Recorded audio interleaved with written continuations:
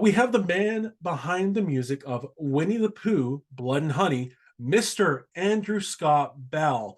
Thank you so much for joining us, Mr. Bell. Welcome to Area 51 and a half, and welcome to the landing pad. It is my pleasure. Thanks for having me. Thank you so much. Before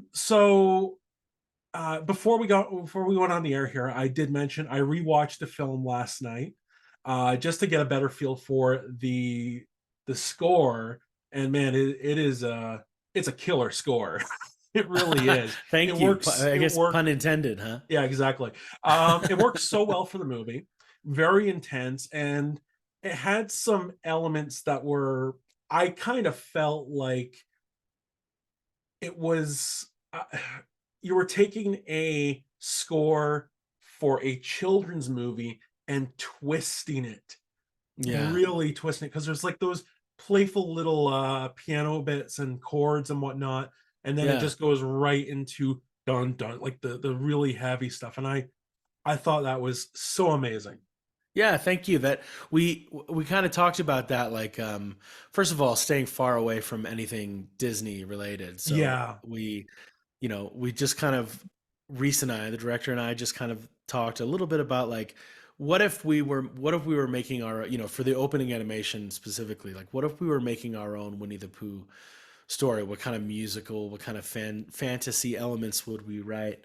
And we came up with this motif that um, is a little bit like, I don't know if you've ever heard this, but there's this theory that John Williams sings the new movie titles and stuff about the movies when he's writing the themes. It's never been confirmed, and I don't think it's necessarily true, but it's fun to me.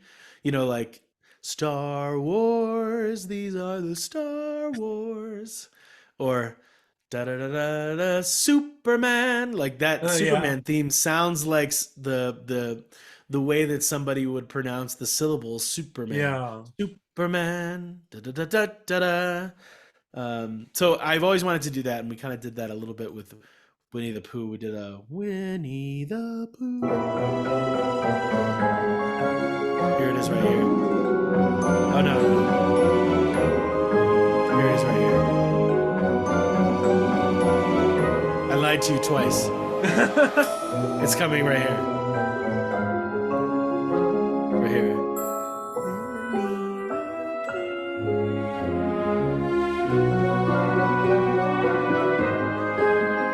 And then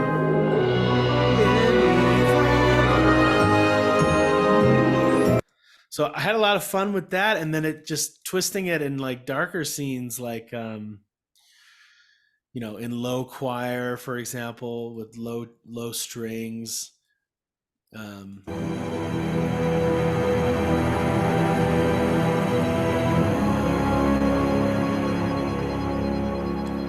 But it still always is a Winnie the Pooh Yeah. horror movie, so there's still gonna be a little bit of playfulness in the music and this kind of fantasy element to what's going on until more is revealed. And we just had a delight. We had a lot of fun, kind of,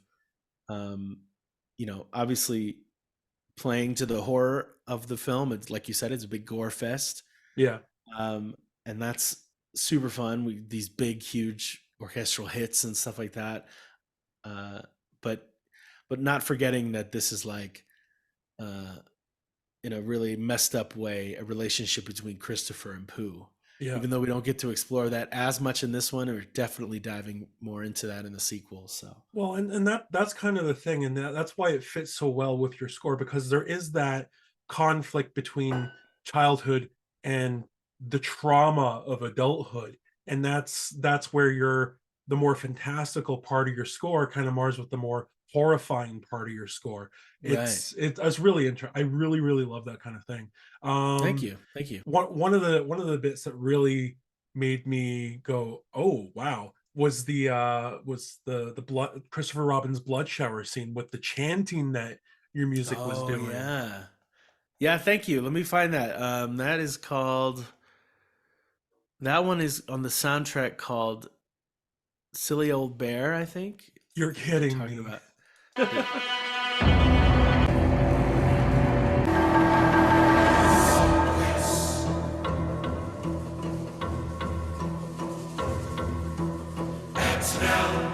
I get so many questions about what the words are because people hear the funniest things. They hear like, um, they hear such strange words, mostly in English. But the one of the first ideas that Reese and I had together, where we were just talking, is, we were talking about, because what I think our goal was for this movie and the next movie, and just like the sense of humor that Reese has, is like less less about jokes and more about like the ridiculousness of the situation. Like, Yeah. isn't it hysterical that like we're treating Winnie the Pooh as if he's Jason Voorhees, or Michael Myers, and that alone is funny to him. And so we were always trying to find ways to like use how we are taking it seriously as a tool for humor.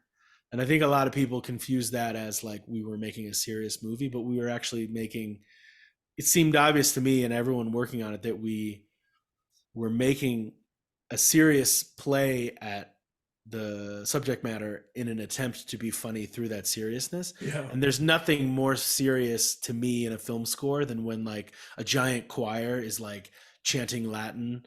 You think about the end of like Phantom Menace, Star Wars Phantom Exactly. Menace, Yeah. and That's there's what like, first popped into my mind. Yeah. so it's so epic, it's so huge, it's so serious. It's like, I think it's not Latin, I think they're singing Sanskrit, but it's still just, or The Omen by the film composer Jerry Goldsmith, singing Latin for that Yeah. iconic film. And uh we thought it would just be hysterical if we had a choir singing in Latin like that, like this holy big massive sound. But then when you translate the Latin, it's just the words blood and honey. So that's what you hear in this soundtrack. I think we might, if we go the choir direction, we might take it further and translate different sentences, and more complex things than just blood and honey. But throughout this first score, what you hear is sanguis et mel, which sanguis is blood, Yeah. et, and then mel is honey. Sanguis et mel.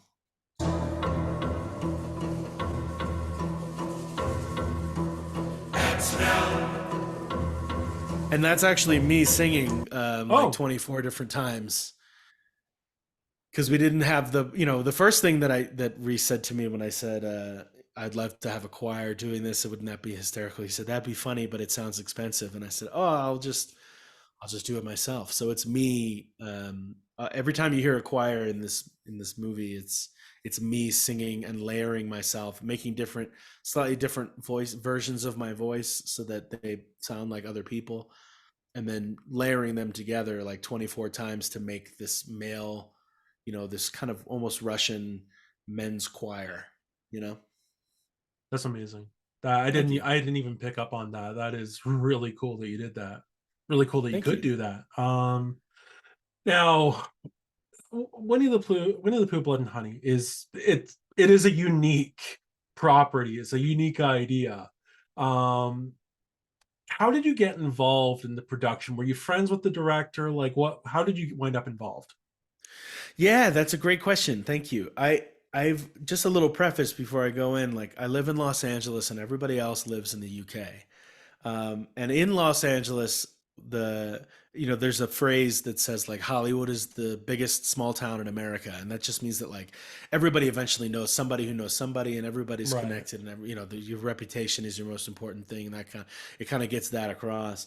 But I like to say that like Hollywood is the biggest small town in America, and the horror industry is like the biker bar on the outskirts of town. So it's like even smaller and even more intimate, and we're all like misfits and pals. And so uh, in that biker bar, in that horror community here in Los Angeles, I started to hear whispers about like, did you hear about this Winnie the Pooh horror movie? Isn't that crazy? Isn't that?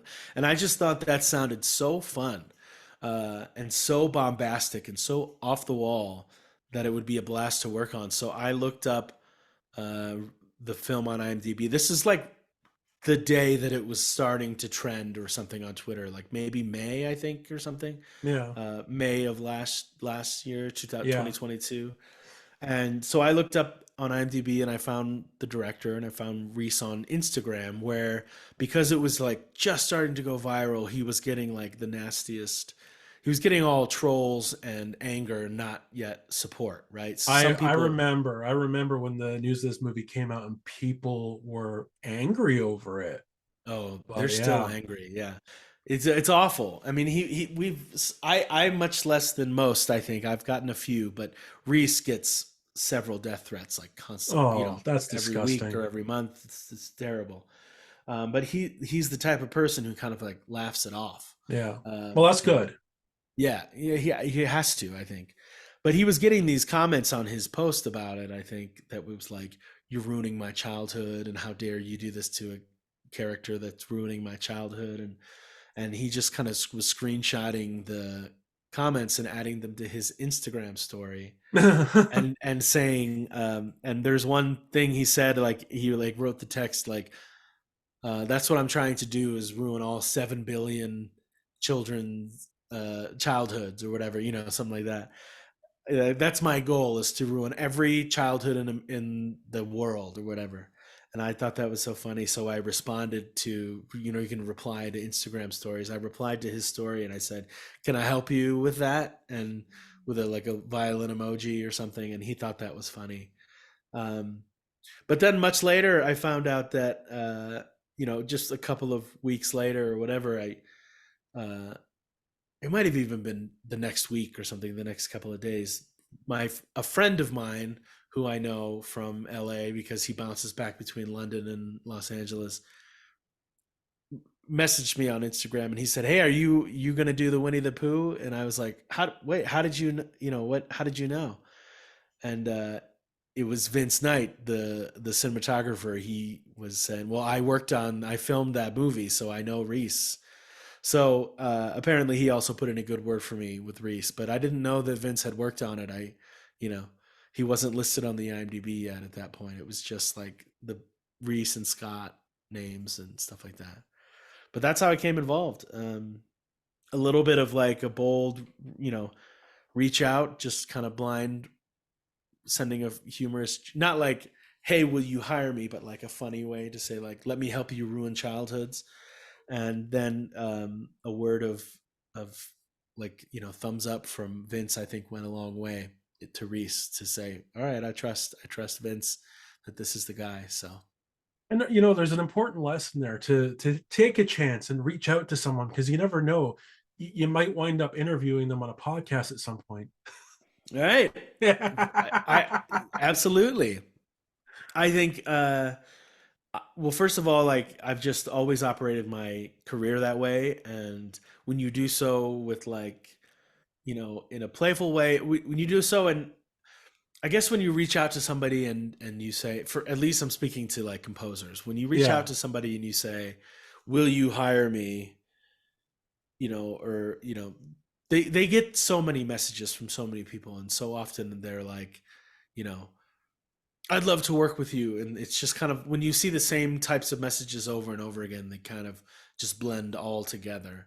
But when you do something like, "Hey, I'd love to help you ruin those childhoods," like that makes Reese, that is a standout, different way to approach another creative.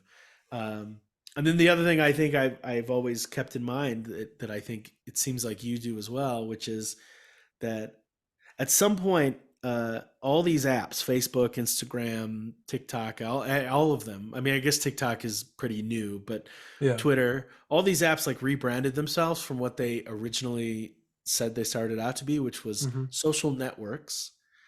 There's even the movie about Facebook is called The Social Network, and they rebranded themselves, and now we all call them social media, Yeah. because they changed the way.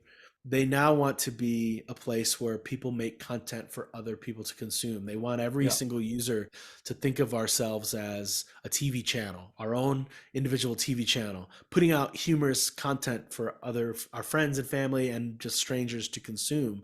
And I have embraced that in some way, because still strangers come to my pages and stuff. I make a funny joke or something, but like behind the scenes of the posts and direct messages and stuff like that, I've tried to keep the mentality that these are social networks Right. in a way that I'm meeting and connecting with people, not just in a one directional sense, but in a communicative way. And Right. I think that has served me well to keep that mindset. And I think we all would be better off to just if we kept that mindset of this is a network, this is building a community, I'm making friendships and connections with people, not just broadcasting myself out for the world to see and be impressed by, you know. Hmm. Uh, so I don't know. I think I probably long-windedly answered. Maybe I answered your question. I don't I remember. think you definitely did. I think you answered a couple more questions in the process. Um, so you've before we get into a little bit more about your career, what were some of the inspirations that you had on the score? Like I heard tones of a twisted kids movie. I heard tones of movies like Psycho. I actually some of the Mhm, score actually put me in mind of the film Wrong Turn, which is a very similar film, just instead of Psycho Pooh Bear, it has Psycho Cannibal Killers. mhm. So there's a lot of very interesting aspects of the score. And I just want to know where you kind of came up with those ideas. What inspired you for this score? That's a really great question. I can't. The answer might not be as you know rewarding. It's kind of an odd answer because I don't really remember like listening. I try not to more and more these days. I try not to listen to music when I'm writing a new score. At least nothing similar. Like I'll listen to like Radiohead or something, you know. But Yeah. not. I'm not listening to like classical music or other film scores while I'm working on. So I don't remember ever thinking to myself like, oh, I'm gonna do something like this and something like this, and I love this part of this movie because I always like the my ideas to be kind of vague. Like if I said like for example, I definitely was like I'm going to go for like an Omen style choir, like this like, Right. you know. But then of course because it's just me it's just a men's chorus, which the Omen had a full female and male chorus, you know. Um but like even though I have the vinyl upstairs, it's been a long time since I've listened to that score, and I purposely like didn't go listening to it because I didn't want, you know, I didn't want to be influenced by it. So it like when I think of influences, they're kind of like, oh, I vaguely remember how that music was or something like that, you know. Um, like there's a movie by M Night Shyamalan, The Lady in the Water, Right. Yeah. and it was a beautiful score by one of Mhm. my favorite composers, James Newton Howard, and I loved the way that kind of played a balance between fantasy and horror in some moments. It's really for M Night. It's really not a horror movie. It's like a bedtime. It's like a slightly twisted, kind of age appropriate bedtime story for his kids at the time. You know. Um, and I remember thinking like, oh, I want to strike that balance between like a fantasy story and obviously go darker than that movie did with Mhm. horror, but still find that balance that is like twisted fantasy. But I purposely like, you know, didn't listen, even though it's one of my favorite movies from M Night. Like I didn't go watch it, I didn't go listen to it. It's just like the vague remembrance of like what I think the score was like. And Mhm. I've listened to that score now since scoring Winnie the Pooh, and I didn't come anywhere near it. But I was like, you know what I'm saying? Like, if I had listened, then my brain subconsciously would have like remembered something and then transmuted it into the music, if that makes sense. And I'm Mhm. always trying not to do that.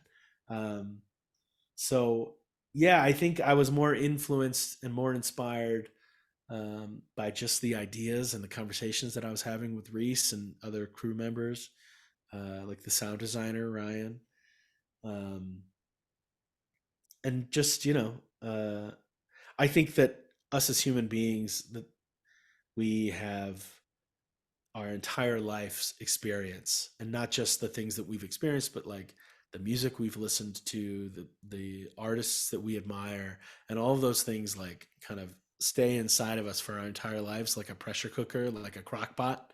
Yeah.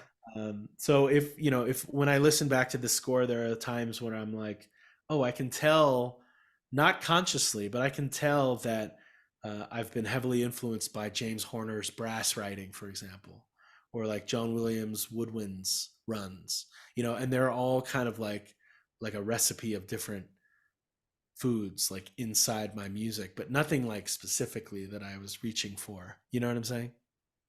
Yeah, yeah, definitely, definitely. All right, I just got a few more questions for you. Yeah. Okay. So you've been composing professionally for a little over a decade now, at least what I could see online. Hmm. You've amassed nearly 70 credits to your name, which is whoo, that is huge. You've composed for short films and feature films alike, projects like Iron Cop, which, by the way, I need to get my hands on because that looks great. Does anything stick out to you as a favorite that you've worked on? That is a great question. I love that you mentioned the Iron City. I think it's Iron City Chronicles with Yeah. the Iron Detective and all. Like that was um that was a fun project. Uh, like I said, or maybe I haven't said yet, but I feel like because my first film I scored was in 2009, Hmm. and they actually reached out to me through my band's MySpace page and found me there as a fan of my like acoustic music, and asked me to score their documentary. uh, and MySpace. I mean, that's crazy, right? Yeah. 2009, and I feel like over the past decade and now plus, right, 14 years, my career has grown alongside, like parallel with um, social media Hmm. and the how it, because 2008 was Twitter and Facebook was only a couple of years before that. um, and so MySpace being the way that the first film reached out to me. Then I started to use Craigslist, which maybe worked a couple of times.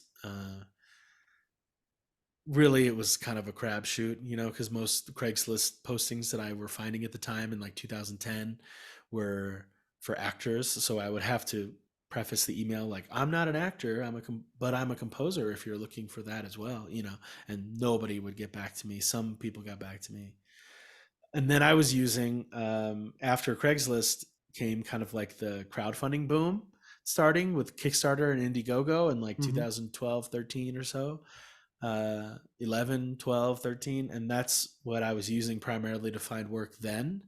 And that worked really well because I could see like, oh, they're raising this much money and this much of it they have said is going towards music. So I know that there's a music budget in terms of like, I know that they're thinking about that and planning for that and stuff. Yeah. So that was really great to kind of, and Iron City Chronicles, the Iron Detective, Iron Cop was one of those projects early on that I found on Kickstarter. They're in Kansas City, and I'm still friends with the director and some of the creatives on that show, or that concept, that proof of concept. Many years later, he every time he comes to LA, we get together. It's super great. So I'm really happy that you mentioned that, because that's a fun thing to think about early on in my career. Yeah. Um, if I'm thinking about favorites and highlights, it has to be, one of them is certainly the first film I scored when I moved to LA. My wife and I moved to LA in 2015, the summer of 2015, and I was very fortunate to land an internship with Joseph Trapanese, the composer. At the time, he was working on the Divergent movies. Okay. Yeah. Um, and so I was doing that internship, but then right around the time that my internship was ending, I got I was chosen to score a short film for a film student at Chapman University named Brenna Malloy, and her thesis film was called Rocket. It was a 30-minute film about dirt track racing in like the 1940s and 50s, and it was just a beautiful film that I could, we could do a whole podcast on how I got that gig and what happened to it. But essentially, it went on the following year, 2016, in September of the following year, to win a Student Academy Award, and which was Wow. just an incredible experience for all of us, the director, the actors, the writers. Like, the cinematographer, all getting to go and watch our work at the Academy Museum and go to the ceremony. And it was just like such a beautiful, wonderful way to come and move to LA, and for that to happen, not by literally only by chance to me Hmm. and to the rest of us who worked on that movie. It was just such a beautiful experience, and I'm still friends with all of them to this day. I still work with Brenna, the director. I'm about to start scoring a movie for, not for, but that has the same cinematographer as Rocket did.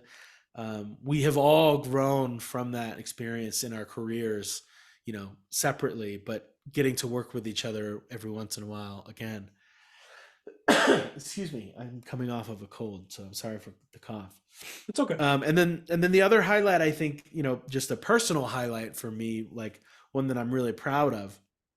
Of course, I loved working on Winnie the Pooh. That was a highlight, a personal moment for me, getting to go to a premiere like that and having a movie play in theaters worldwide. But a little movie called Psycho Storm Chaser is one that came a year or so, about a year and a half before um, Winnie the Pooh, Blood and Honey, and that was with a really tight knit group of people, and we all had a lot of fun making that. Just like Winnie the Pooh, like we all had a lot of fun making Winnie the Pooh, Blood and Honey. It was the same thing. It was just a tight knit group of people making a movie for like barely any money and selling it to Lifetime.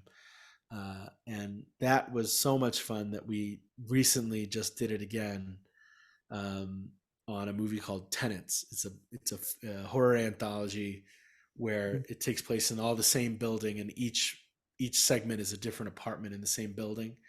And so I had just a ton of fun scoring that one in this old style, because my all of my influences are like older style music, and Hmm. not, just by my tastes and preferences. Nothing, not I'm not throwing any shade on like my contemporary composers and colleagues and all that, but it's just that when I think about the type of music that I grew up with listening to, Debussy, Gustav Holst, some of these, Stravinsky, Bernard Herrmann. We dive into film composers, Bernard Herrmann from, like you said, Psycho, um, John Williams, James Horner, starting to get more modern, but all with like, neo romantic tendencies in the music, and I really got to lean into those neo romantic tendencies that are in my music for that Tenants movie, and Hmm. that was just a ton of fun. Like,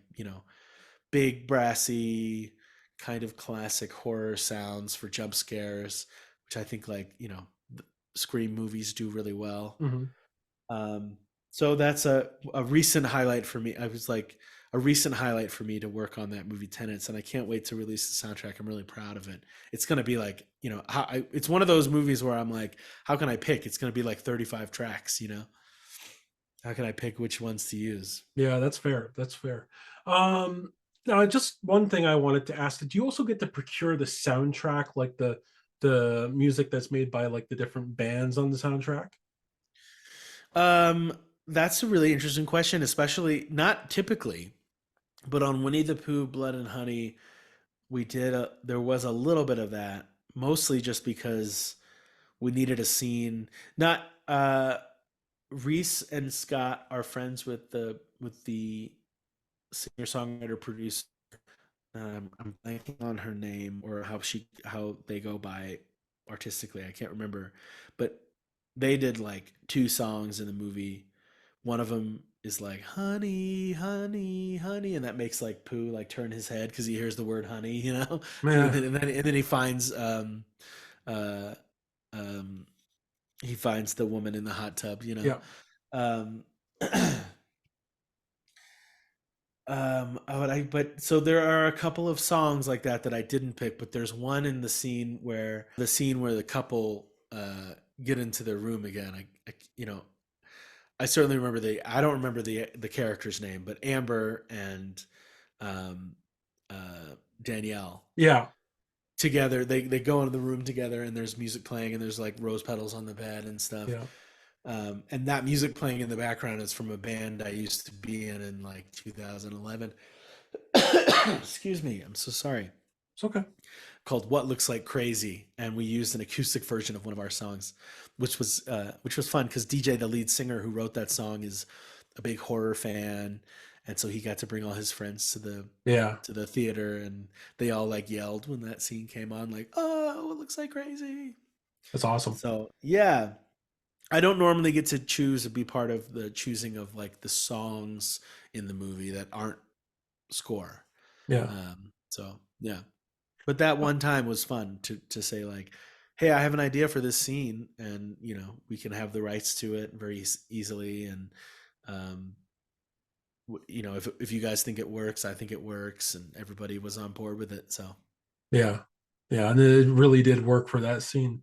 Um, do you have, so you mentioned you're working on a few things. What future projects can we look forward to from you?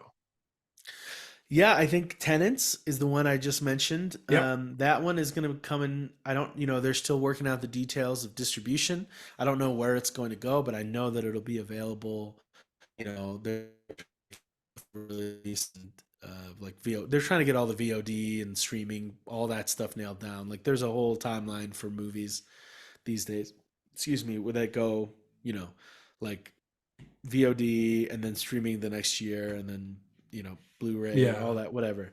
So they're still working on that, but I'm positive it'll be in a space where people will be able to access and find it. The next movie that I'm working on right now, currently, because I finished that one a couple of 3 weeks ago or so.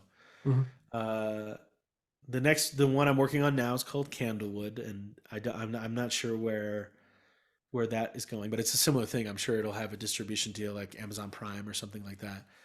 And certainly VOD. Every movie has is the most movies have the access to go VOD, at Yeah. least for rentals and purchases.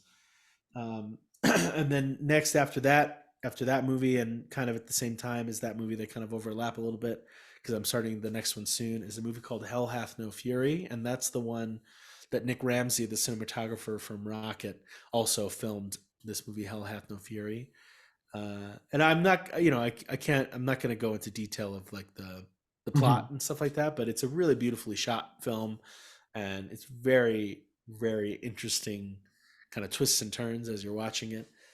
So I'm looking forward to that, and nothing is the in terms of the sequel to Winnie the Pooh, Blood and Honey. There's there's not really a contract yet, but I've spoken to Reese and Scott, and I've been in contact with them for months and months and months and months and months leading up to it.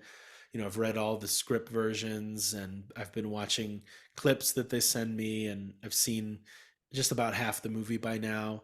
So Oh, it's they're that it's far into it. Okay. yeah, they're still editing it. But they're I've seen about 30 minutes, so not quite fully half, but 30 minutes, which would be like a third. Um, so like I was telling somebody recently, I'm very hesitant to come out and like make an official announcement or something that I'm scoring the movie, because there's no contract and nothing is ever final till it's final. Yeah. But with all intents and purposes, like I am, they're bringing me back to score the movie. There's just not any, we're certainly in plans for it to happen, but there's not any like final official announcement to make yet. Fair Uh, enough. Fair enough. But, probably. Probably. I'm looking forward to it. I mean, we're Reese and I talk almost every day, and we're talking about budgets and all the questions and stuff like that. And my manager and then the producers who negotiate all that, they're working out all those little details. But creatively, Reese and Scott and I, like, we're already talking and we're already diving in. So Yeah.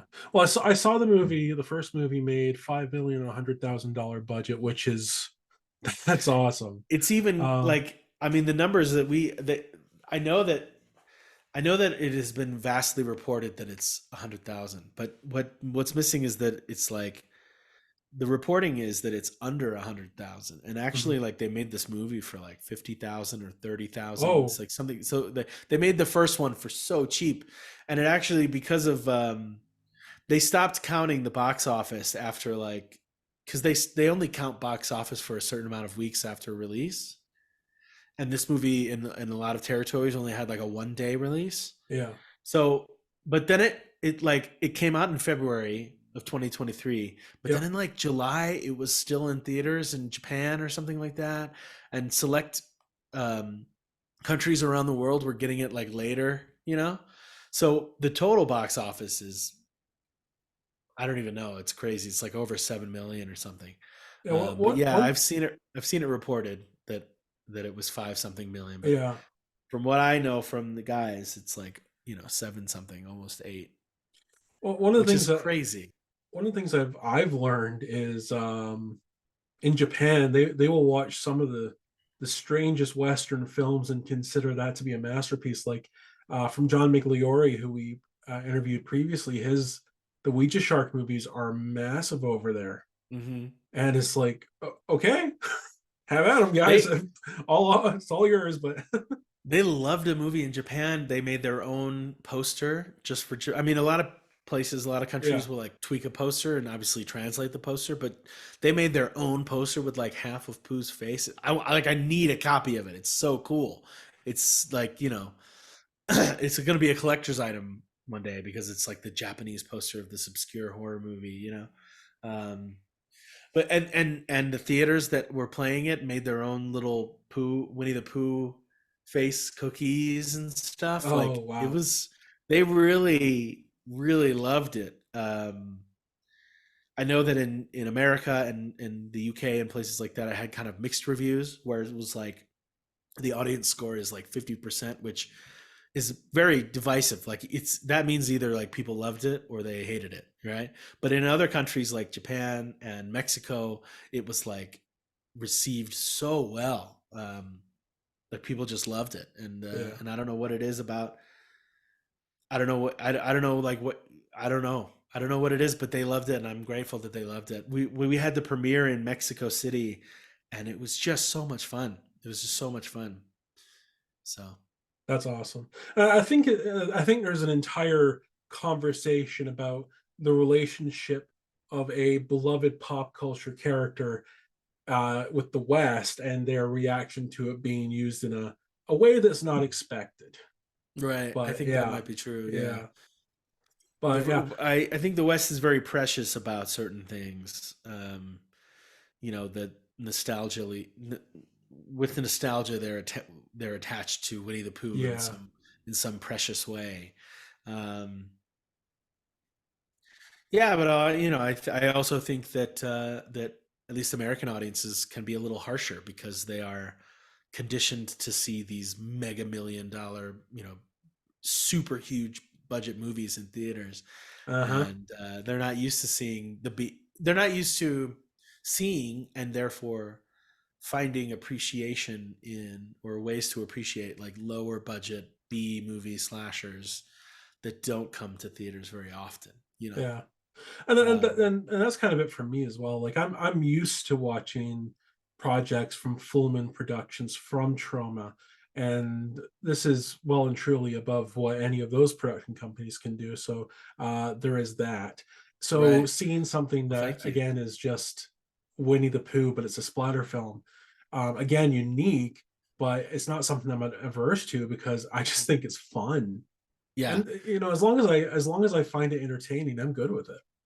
and that was the point. I mean, I know that you found me from that, what is it, Addicts of Horror group, Yeah, Facebook group. yeah, A lot of people responded to that post and said, why was this movie even made? And it was like, the answer is fun. I mean, like yeah, if you didn't enjoy it, that's fine too. But there's so many people who did, and the point of it was fun. I remember when they sent me the first cuts of the movie, and I wasn't sure if I was gonna do it. I was still kind of like, I don't, I mean, should I do this movie or not? Like going back and forth. And as soon as I started to watch the rough cut, which didn't have edited dialogue, it had like all the rough sounds of like cut and like, action. It had everything, wild yeah, sounds, right? And there's this scene where Winnie the Pooh is like, kind of like just slapping a victim, yeah, and the entire cast, the entire crew, everyone behind the camera, you can hear them all just like laughing because it's so absurd. that a Winnie the Pooh character is viciously hitting. I mean, it's obviously kind of tragic, but it's funny because it's Winnie the Pooh. You know what I'm saying? And Uh, if it was it, Leatherface, it would be like not as funny. It wouldn't be funny at yeah, all. You know what I'm saying? Like if it was Jason, it wouldn't be funny. But like having it be this yellow bear, it's like smiling. And the fact like they all were laughing not just in that scene but throughout the whole movie, like I would hear in the rough edit and the rough sound like laughter from the crew. I just knew that they would be fun people to work with and that the point of making this movie was for the audiences to have fun too. And I wanted in on that fun. I wanted to be part of the fun that I was like watching. that's so, awesome. so yeah. That is really awesome. Well, we'll wrap up just now. Um, in the future, we would love to have you on again. So definitely keep us in mind. Yeah. Anything else you want to say to our fans? We call them aliens. Anything you want to say to the aliens before you head off? I appreciate you all for listening. Thank you for your interest in my work and the movie Winnie the Pooh, Blood and Honey. Um, I guess you can find me most social media pages. I'm at Andrew Scott Bell, all one word, no underscores or anything like that. Just at Andrew Scott Bell. And my website, you find me. You can find me, and I'm pretty responsive in most places.